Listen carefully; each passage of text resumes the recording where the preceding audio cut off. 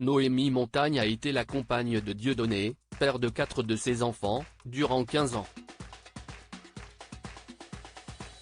Pour la première fois, elle se livre sur leur quotidien, elle qui se dit sous emprise, et victime de violences psychologiques, au sein d'une organisation sectaire.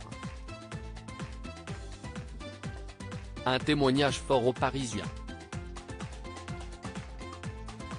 15 ans, si est-il le temps que Noémie Montagne a partagé la vie de Dieudonné.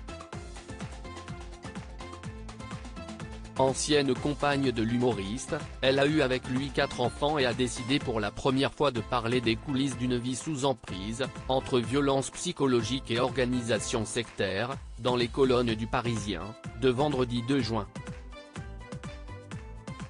Des révélations déjà faites à la gendarmerie dans le cadre de 2 plaintes, enregistrées le 25 octobre 2022 et le 3 février 2023 contre ce dernier.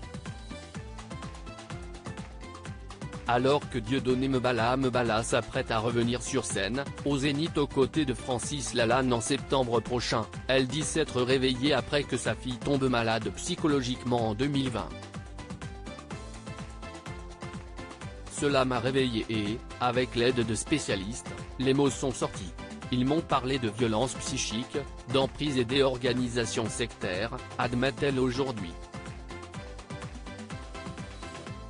En 2006, elle ne sait pas que sa vie va prendre un tout autre sens, lorsqu'elle rencontre l'humoriste dans le hall de la gare de Bordeaux. Elle décrit alors l'attitude d'un prédateur. On s'est croisé, il a fait demi-tour et s'est placé devant moi. Il me regardait. Si est un chasseur, il fait cela régulièrement et dans chaque ville, je l'ai compris plus tard, confie Noémie Montagne. La mère de 6 enfants explique s'être toujours tenue à l'écart des idéaux politiques de son compagnon. Dieudonné en privé, dans le quotidien, n'avait pas de discours radical. Ses fragilités me touchaient, il m'avait raconté avoir été placé en famille d'accueil dans l'enfance, je me disais le pauvre, il faut l'aider, fait-elle savoir. Celle qui est apparue sur sa liste antisioniste aux européennes en 2009 explique avoir joué les bouches-trous, étant sous emprise. Quant au choix de Jean-Marie Le Pen comme parrain d'une de ses filles, Dieudonné lui aurait présenté selon elle comme un coup médiatique. Au sujet du comportement de l'humoriste au quotidien, elle décrit « Il n'a jamais été attentionné. Je le servais, j'avais l'impression d'être importante, suivant les tâches que je devais accomplir et le soir, il y avait toujours du champagne, pour créer une ambiance artificielle de fête. » Dieudonné n'est pas drôle dans la vie. Il ne parle que de ses projets, et selon l'interlocuteur il change du tout au tout.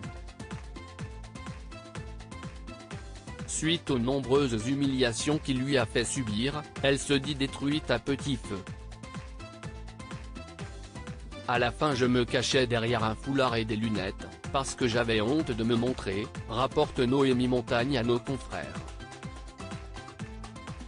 Elle a songé à le quitter plus d'une fois mais n'a pas réussi, notamment en 2010. Il m'a suivi en voiture, il m'empêchait de dormir. Une nuit il s'est mis à jouer du piano pour réveiller tous les enfants.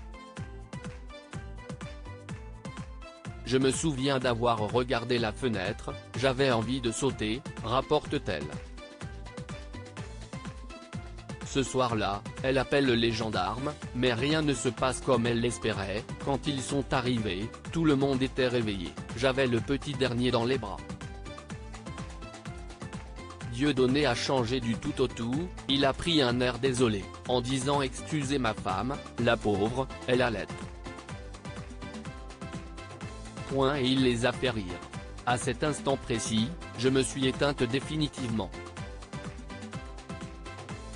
Je me suis dit, je vais mourir, personne ne me croira jamais.